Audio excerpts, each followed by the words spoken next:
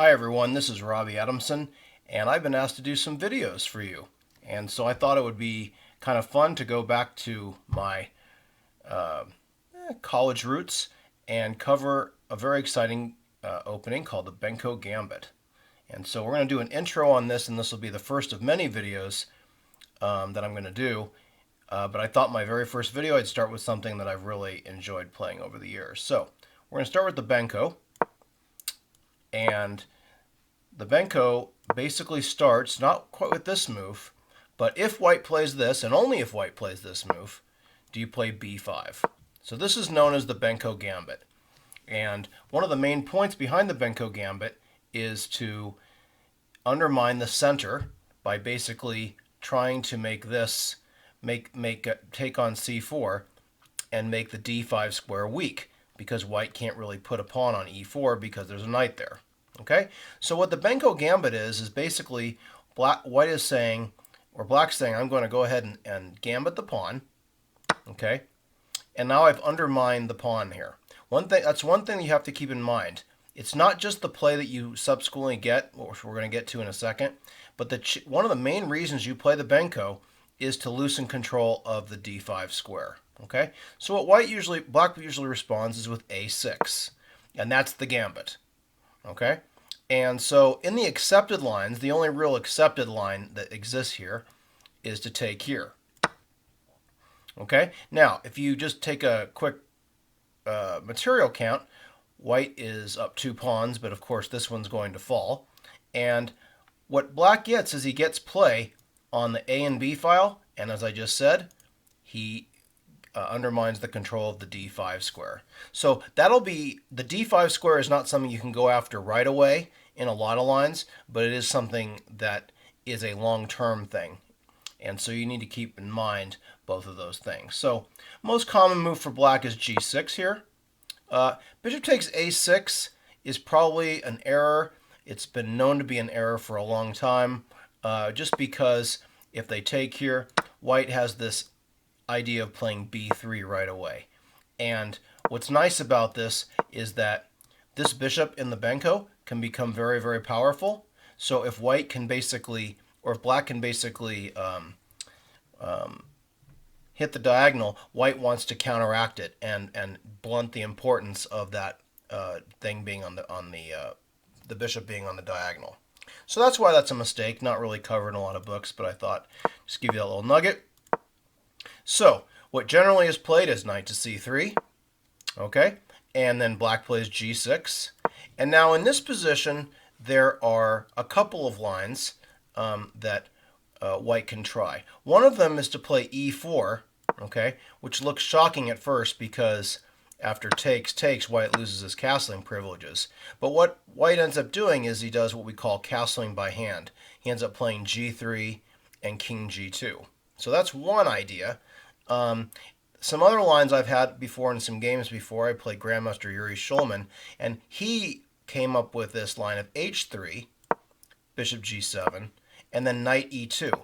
If you look in the database, the only strong grandmaster for many, many years that played this system was Yuri Shulman. And if you look in the database, he won or drew almost every single one of these. So it is kind of an interesting line that is beyond what we're going to cover today in the intro. But so this is one of the ideas.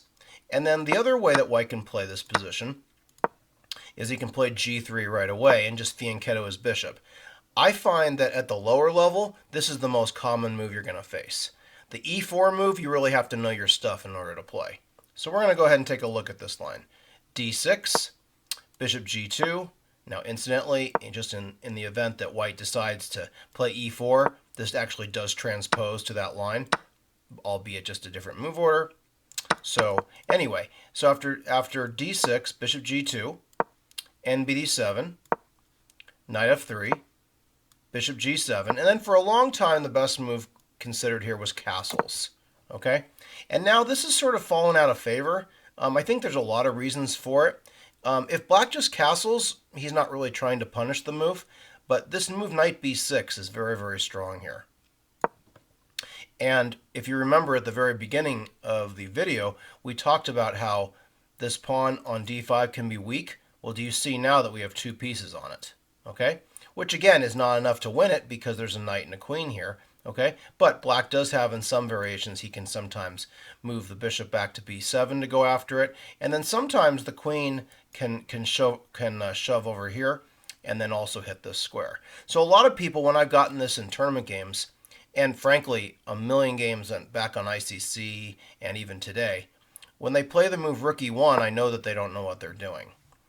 The move they want to play, of course, is they want to play queen c2 so they can move the rook. They can move the rook to d1, okay, and defend this pawn. The problem is, of course, that it drops this pawn.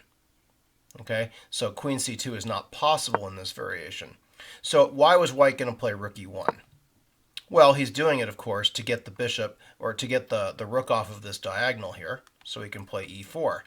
But in fact, that's actually an error, a huge error actually, because it's exactly what black wants. Because after e4, not only do we control the diagonal, which of course is very good, but we also have some soft spots with the d3 and the c4 squares. And so that may not seem like much, but believe me, this is something that is it's huge in these variations. So let's say that I had it's black's turn. He plays nbd7. White plays queen to c2, and then black plays this move knight c4. Now, it looks like black is, shuffling a lot of his pieces, but in fact, if black gets everything he wants, he's going to play queen a5. He's going to slide the f rook over to b8 because he wants to keep the a rook to guard the a file and then hit these pawns, which are a little bit soft.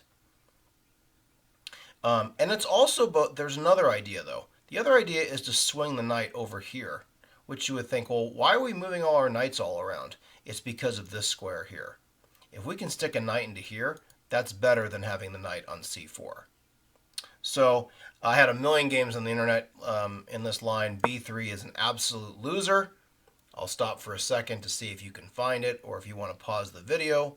So go ahead and pause that. For those of you not brave enough to try to solve it on your own, the winning move for black is queen a5. And now if b takes, again I'll pause it, which move is better? Bishop takes c3 or queen takes c3? Again, pause the video. And in fact, the best move is queen takes c3. That wins instantly on the spot. You might say, well, why don't we take with the bishop? Now, this is not terrible for black, but white has this amazing resource. Pause the video if you think you can find it. It should be pretty obvious considering that both rooks are attacked, and if one moves, we'll take the other. So white goes here, and unfortunately we can't take the rook because we lose the queen. So what this basically does, this is a more forcing variation. Queen takes c3, queen takes c3, bishop takes c3, and then of course if either rook moves, we'll take the other one. And then people always try to throw this move in, thinking it's going to do something. But remember, we've got the two rooks attacked, so they're not going anywhere. So we can go ahead and take the time to move our rook out of the way, and then whichever rook he moves, we're going to go ahead and take it. Amazing trap that has been fallen into so many times. So we're going to go back a second, okay, and we're going to look at some other ideas. So after knight to c4, we learned that b3 is a mistake. Now, one move that I see a lot online is this move. Okay? And it's okay, but the bishop f4 is only going to be effective if you can for sure get e5 in. Right now, black has enough pieces on there that you're not going to be able to kick him out of the way. So this is pretty good, actually. So let's say that white sees that black has some tricky ideas, and he plays a move like, let's just say rook b1, for example. Okay? And let's say that black plays knight e5. Probably not even the best move. Queen a5, frankly, is probably better. But I wanted to illustrate a couple points. So first of all, this threatens this, right? So we're threatening to skewer the queen and the rook. So white usually takes. Black takes, and now it's not so easy for white to defend this guy. So, couple defenses, or non-defenses if you will. If bishop f1, pause it quickly. You should only take a few seconds to find this. If bishop f1, double question mark, knight f3, check. Wins the rook with check, and white is dead lost. So we're going to go back. So what happens if they play rook d1, which looks like a very logical move. It guards this square. So if bishop d3, he'll just get 2 pieces for a rook. Let's say white plays queen a5. Okay, which again he's trying to go for play here. So I had a very similar position to this, although via a different move order, surprisingly. But my opponent went here. This is against a 2400. I'll not name his name, so not to embarrass him. But he played b3 here, which looked a little funny when I saw it. And then after analyzing, I was able to figure out what black should do. So again, I'm going to pause the video for those of you that would like to try to solve this. What should black do? What black should do in this position is simply do the same threat we learned earlier, because now what does b3 do? It loosens control of c3, which now means that this bishop is now effective. So we're going to go ahead and play bishop d3. Rook takes d3, knight takes d3, queen takes d3, and queen takes c3. And black is up the exchange for a pawn, but this is obviously not what white wanted. This is a total disaster. And it just takes some technique for black to win this position. And so that's kind of a nice little way to play it. So for those of you thinking, well, are you just a Benko homer? Well, I kind of used to be. But there are some extra ideas for white. So what white came up with a long time ago, and then it has just been it's been recommended in the Avrik series. They recommended this move rook b1. And you should say to yourself, well, why are we doing that? Well, let's say we played knight b6, which was the same line that we had in the previous line. If b3 now, do you notice that there's nothing on the diagonal? So now you can't take on d5 with either knight and win this rook on the corner. So that's one of the points behind this. I'll confess, I played this line for a long time with black, and against b3, I learned this move, which was really cool. And you know, those Karpov going backward type moves, which are kind of deadly. But one of the things that's interesting about it is it exposes the fact that the rook is here. Okay. Now, if white doesn't know what to do here, if white plays the obvious, which is e4, to stop that, well, you know what black does? He goes straight back and plays bishop a6. And the point of that is to prevent white from castling. And remember how I told you earlier about e4 being weak? Because it weakens the d3 and the c4 square? Well, now we own this diagonal and white can't castle. And then I've had this a lot online. And against bishop f1, I found this move queen c8, which is pretty good, I think. And the point of that is to go ahead and take here. And if he takes with a king, then I've got queen h3, which is annoying. And then his king can't go to g2 as if he wanted it to. So this is kind of a nice little line, which is very interesting. For those of you that want a little bit more, knight h4 is considered the best move. And we'll conclude it with this, but I will say that black still has lots of play, and h6 right here is a pretty good move, and it gets very, very complicated. But that's way beyond what we're talking about today. Just want to kind of tempt you and let you learn a little more about the lines.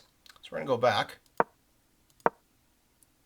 And so the other thing that can be played, if rook b1, if people don't like the move knight b6, you can just go ahead and castle, and play queen a5.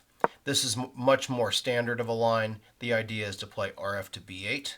Okay, in order to get pressure here, you get pressure on the diagonal, and then sometimes the knight will hop into here as one idea.